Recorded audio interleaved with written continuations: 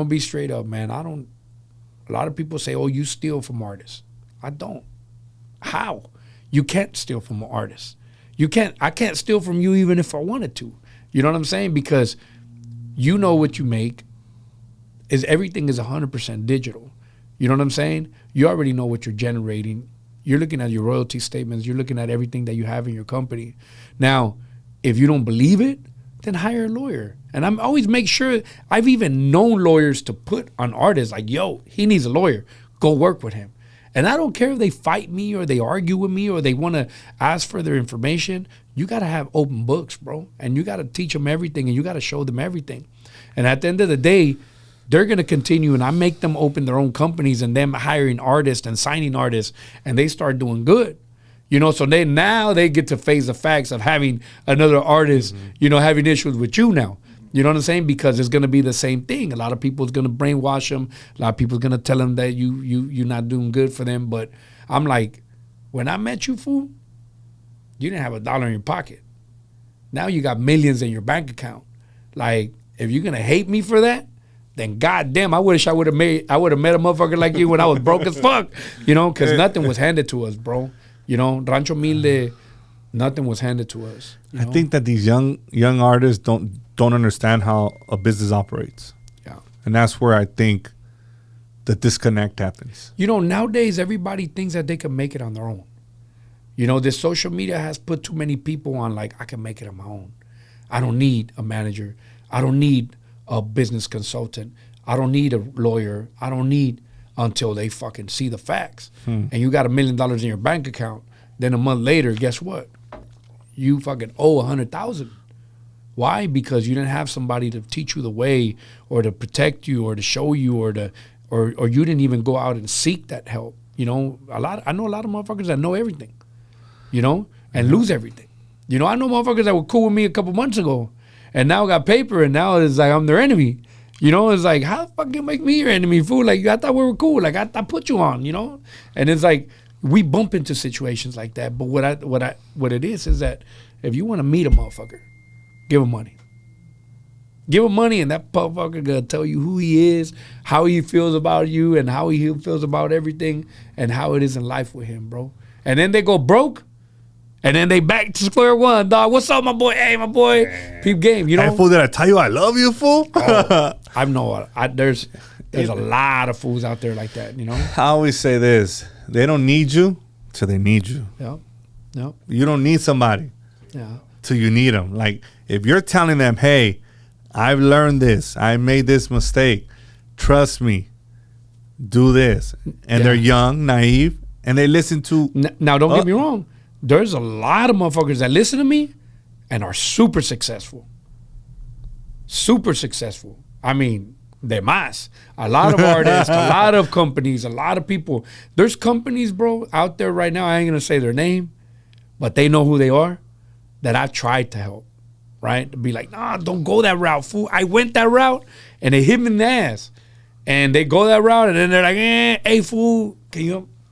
I told you. I try to. Sometimes they think I'm hating on them. I'm like, bro, I swear to God to you, dog. I got no room in myself, in my heart, in my brain, or anything to hate on anybody. I promise you, man. I want to see you successful. I want to see him successful. I swear to God, bro. I want to see you have more than me. If that could happen, if I could see a 1,000 motherfuckers have more than me, it's gonna make me happier than you have no idea what it is. I can't hate on somebody. I can't. And people say, oh, he's a hater, or I'm like, how? Bro, people are just... Yeah, I'm grateful. I'm not a hater. I'm grateful. I don't hate on nobody. I can't. Because I can't hate on somebody that's doing the same thing I did trying to come up.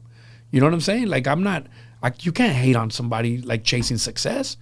If you hate on a motherfucker getting money or chasing success, man, I don't know who you are. But you ain't a fucking regular person. You know what I'm saying? Or you don't deserve what you got. Because if you out there hating on, I can't hate on you for doing good. I can't hate on him for doing, I can't. Now, I'm going to hate on you for doing bad. And I'm going to get mad at you and I'm going to tell you, look, fool, this is what you got to do. And look, I'm teaching you how to do it. And if you don't listen, then what can I say, Some people are just hard-headed. Better start reading that book. business for dummies. Some people are hard-headed, and you could just put the whole blueprint in front of them. Yeah. And they'll still find a fucking excuse to not do it, and then point the finger at you, say it's nah. Man, it's like, a lot of people has pointed their fingers to me to say it's my fault of their fall off, and I'm like, bro, I gave you everything you needed. We have all the tools right here. Everything is yours.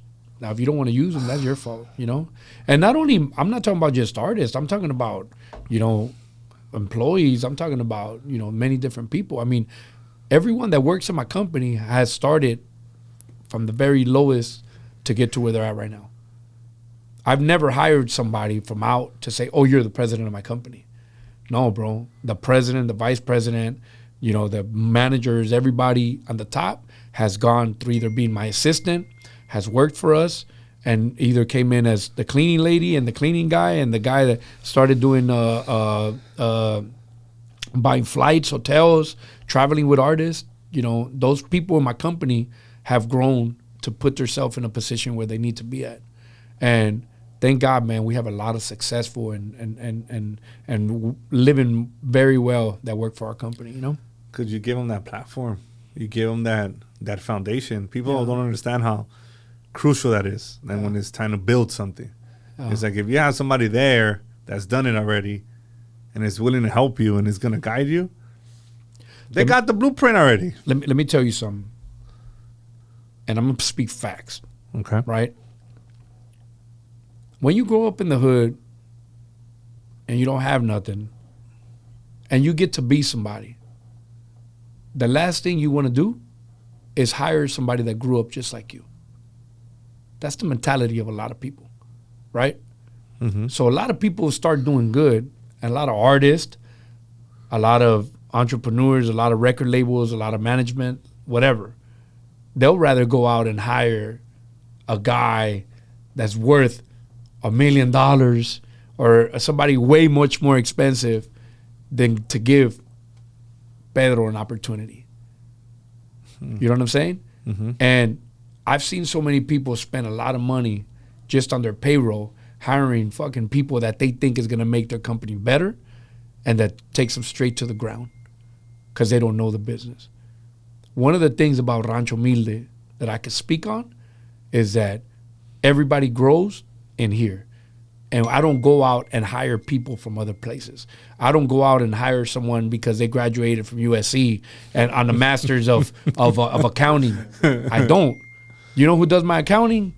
The person that started with me paying the employees, or the person that started with me buying airline tickets, or the person that started with us traveling with us and knowing the business. Those are the people that I have that run our company.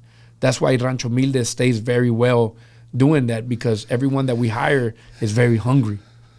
You know what I'm saying? So we don't hire those people, which I don't have no problem with hiring maybe somebody that has a really good education and stuff like that and that worked their ass off for that. Mm-hmm. But at this point of time right now, everyone that works in our company started from the bottom.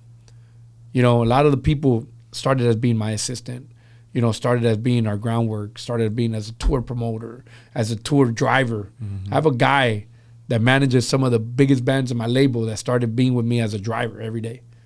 You know what I'm saying? So that's fucking dope. Yeah, so it's like, I'll tell you, even my guys that you seen with me right now, one of them, they're my securities, but, Ace is already out there managing Panther. He manages Edición Especial. And he's out there working, doing that's his dope. Own thing. Russo worked with me for many years. He found and created farmers with us. And now is very successful, bought his house, has his car. This is my assistant every day to every day. You know what I'm saying? Dorian, which started as JB's assistant, driving him around, a gopher. He manages a couple artists in our label, and it's like Diana and Laura and everybody else that works with us. The president of my company is my boy that I've known for many years that has been in the music industry, but he was like one of the small guys, and now is, he's one of the heads of the music industry, and he's my boy Mickey, he's the president of our company. So, I mean, we always made people within. So if you want to be successful in life, give an opportunity to the people that are around you and know that struggle, and you want to keep going with that. That's why Rancho Humilde is where it is, because we have that hunger. You know, we don't have fools that get off at 5 o'clock and don't go back to work. My employees, they working 24/7 because they eat off of this. And that's a rule that I have. Yo, I don't want you to be at work 24/7, but I want you to be available as much as you can for your team. You know what I'm saying?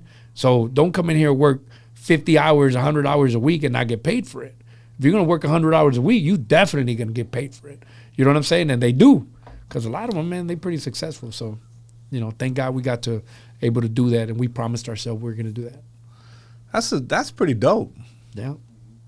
Crazy. You know, I've interviewed a lot of people, business people, and I think you're the first one that ever says something like that. Yeah.